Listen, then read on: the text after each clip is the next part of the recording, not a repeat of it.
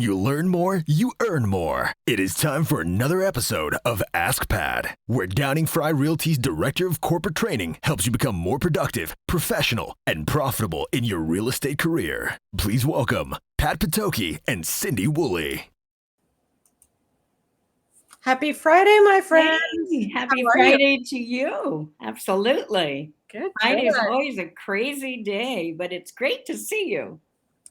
Fridays are the best for catching up and catching up on conversations and catching up on learning. And I have to tell you a funny story. I drink Sunshine energy drinks. Oh dear. But apparently they look like White Claw beverages. So my daughter took one to school and her teacher was like, "Excuse me," and picked it up. So my goody two shoes daughter, she's like, I'm not getting Friday started early. I'm getting Friday started powered up. Poor thing. You're never going to live that one down. Oh yeah, that one was hilarious. Absolutely, poor thing. Gosh. Everything that goes wrong in high school, you remember for the rest of your life. White Claw. Oh gosh. So, the people think of summer as slow time, but it's really a busy time for realtors that need to be getting their sales and marketing together, looking for potential buyers, start engaging with potential prospects, generating listings. And, there's all of these things that go into that process. But as of July 1st, we have a little kink that's been thrown in there with this new legislation on conveyances to foreign buyers law that's been enacted. And I know that it's being challenged in the courts, but right now realtors have to follow that. Right. Can you explain what that law is for maybe a new realtor that is just coming into Florida or just starting to their practice in Florida? Just explain what this law is and what the impact is for the realtors. Sure, I can certainly try. And I think you're absolutely right to begin with. Summer is the time for realtors to kind of re-examine everything and get ready and so forth. And this new law, which is conveyances to foreign buyers, has really added worry to that.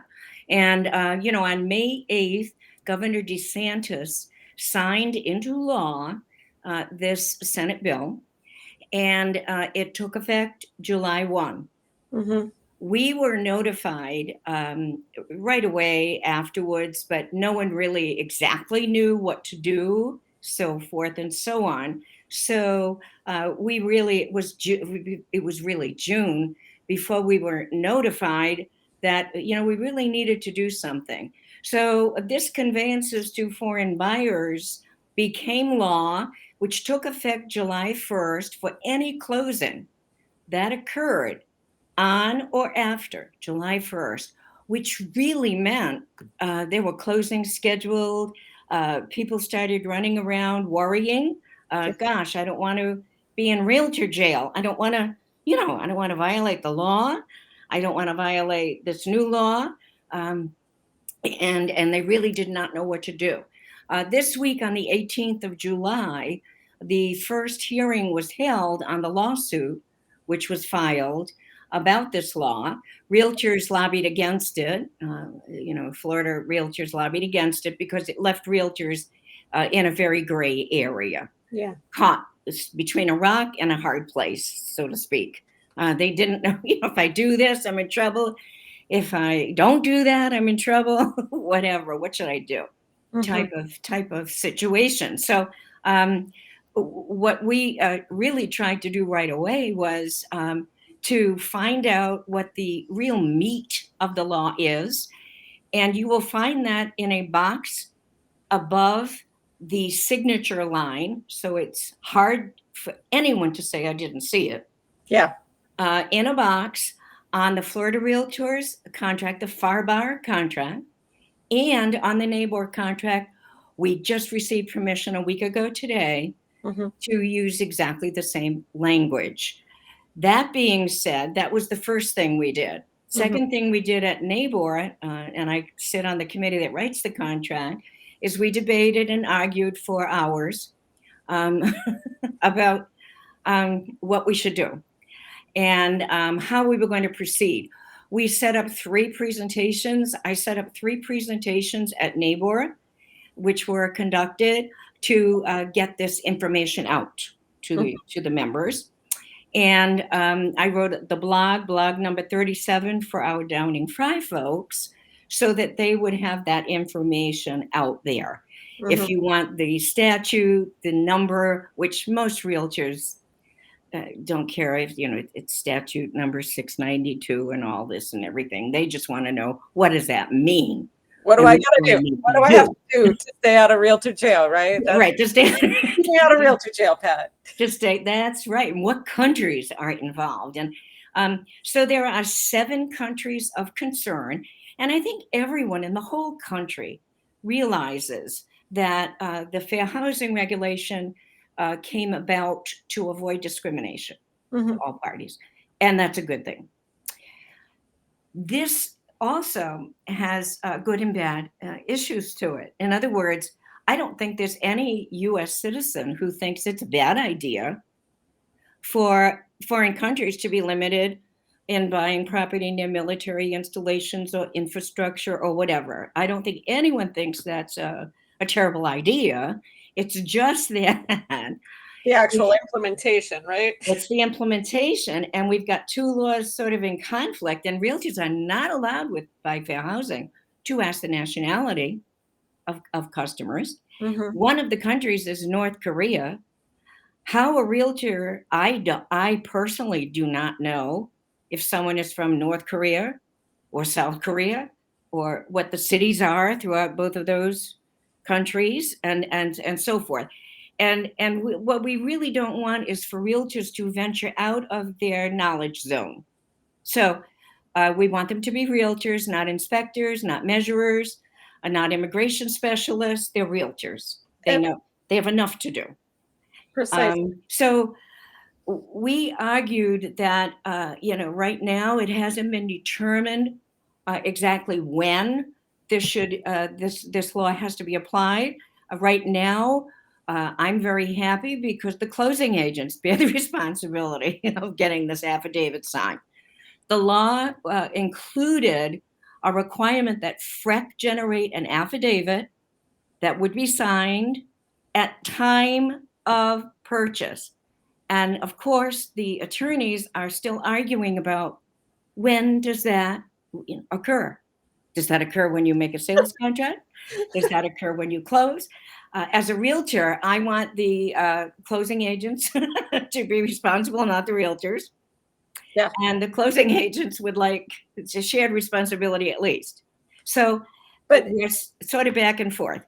There's the legal responsibility, and where that lies is certainly up to the attorneys.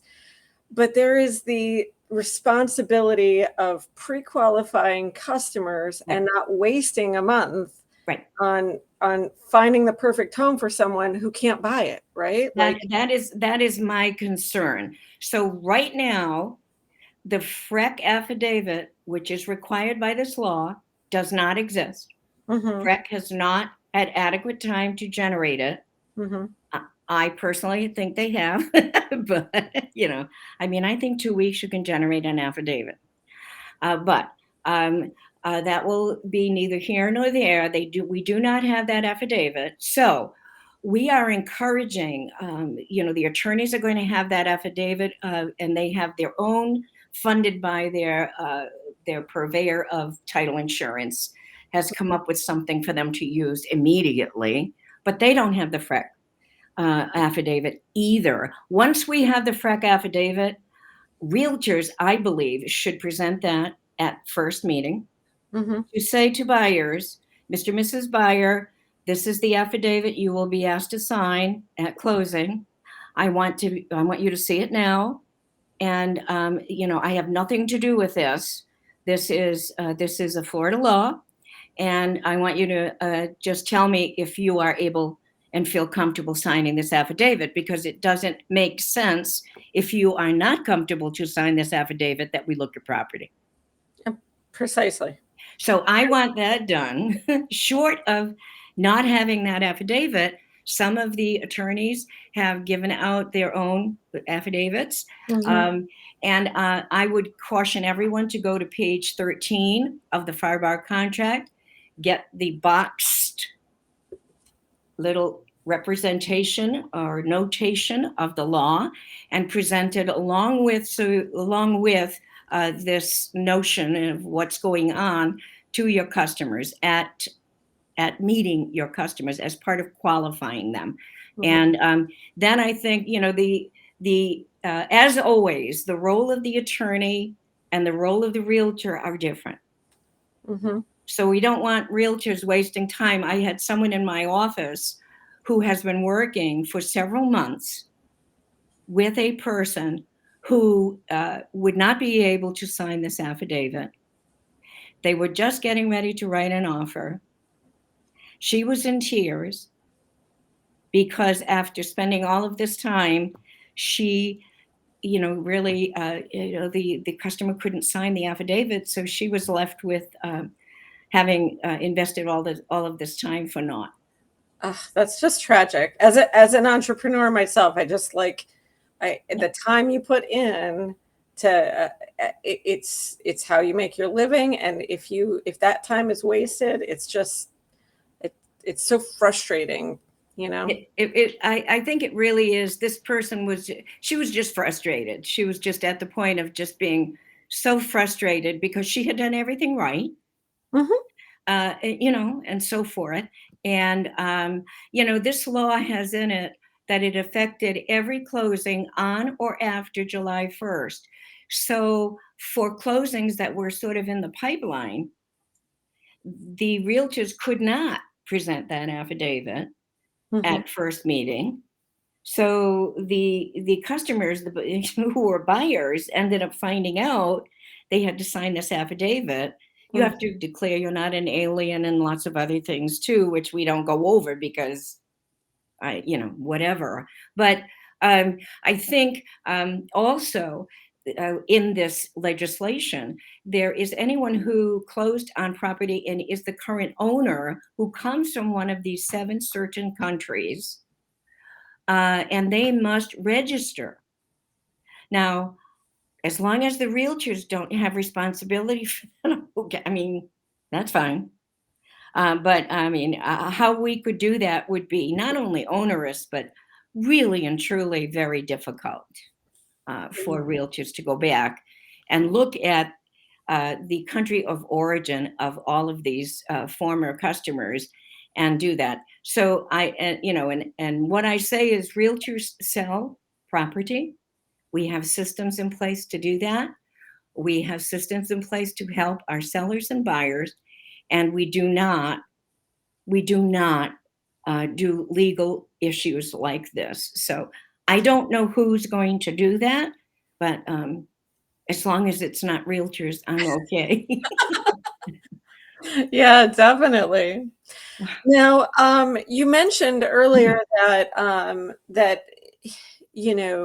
so the affidavit's not there yet, but Right. once the affidavit's there, you're going to record a video that is specifically for Downing-Frye agents, that they can automatically play as information to prospective buyers. They can use it as guideline. They can to help just keep their messaging on point and make sure that they walk that delicate balance between fair housing and this conveyance law in compliance of both. I think what we tried to do, Cindy, was to figure out how could we best help our folks, and so I thought perhaps some might just want to play a video and not have and say I didn't talk about this at all. I played the video. and or use that video as a guideline, whichever they choose to do, because I'm really concerned that with much talking, it's pretty easy to violate fair housing law. So that's what I'm really worried about. And, I don't think any realtor wakes up and says, oh, let me violate fair housing today. Yeah. No, but there are people that are unscrupulous in testing, right? Yep. There are testers will come and try to get you to say, oh, why am I doing this? What does this mean? Can you explain this? And what about this? And I am of this whatever country of origin.